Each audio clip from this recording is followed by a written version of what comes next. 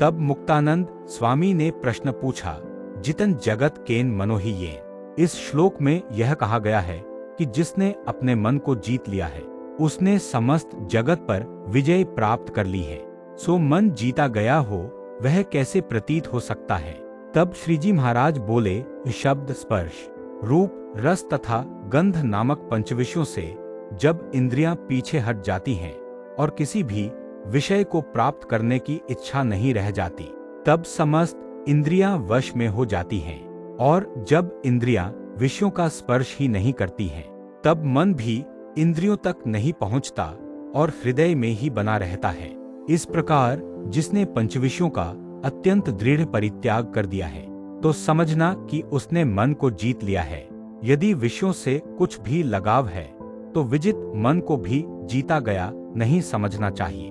फिर मुक्तानंद स्वामी ने पूछा कि विषयासक्ति की निवृत्ति का कारण वैराग्य है या परमेश्वर के प्रति प्रीति है। तब श्रीजी महाराज बोले कि विषयासक्ति की निवृत्ति का एक कारण आत्मनिष्ठा है तथा दूसरा कारण महात्म्य सिद्ध भगवान संबंधी ज्ञान है। दोनों में आत्मनिष्ठा की समझ ऐसी है कि मैं चैतन्य हूँ, देह जड़ है, मैं शुद्ध हूँ, देह नरकरूप है, मैं अविनाशी हूँ, देह नाशवान है तथा मैं आनंद रूप हूँ और देह दुखरूप है। इस तरह जब अपनी आत्मा को समस्त प्रकार से देह से अतिशय विलक्षण समझता है तब वह देह को अपना रूप मानकर विषयों से प्रीति करता ही नहीं। इस प्रकार आत्मज्ञान द्वारा विषयों की निवृत्ति हो जाती है और भगवान की महिमा को इस प्रकार समझे कि मैं आत्मा हूँ और मुझे जो प्रत्यक्ष भगवान मिले हैं वे परमात्मा हैं।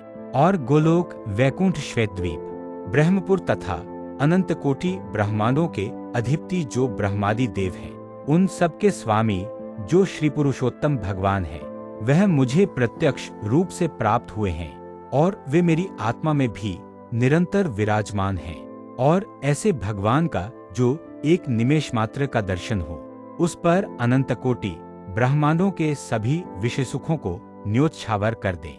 फिर भगवान के एक रोम में जितना आनंद समाया है उतना आनंद अनंत कोटि ब्रह्मांडों के विषय सुखों को इकट्ठा करने पर भी उनके कोटि के एक भाग के बराबर भी नहीं होता।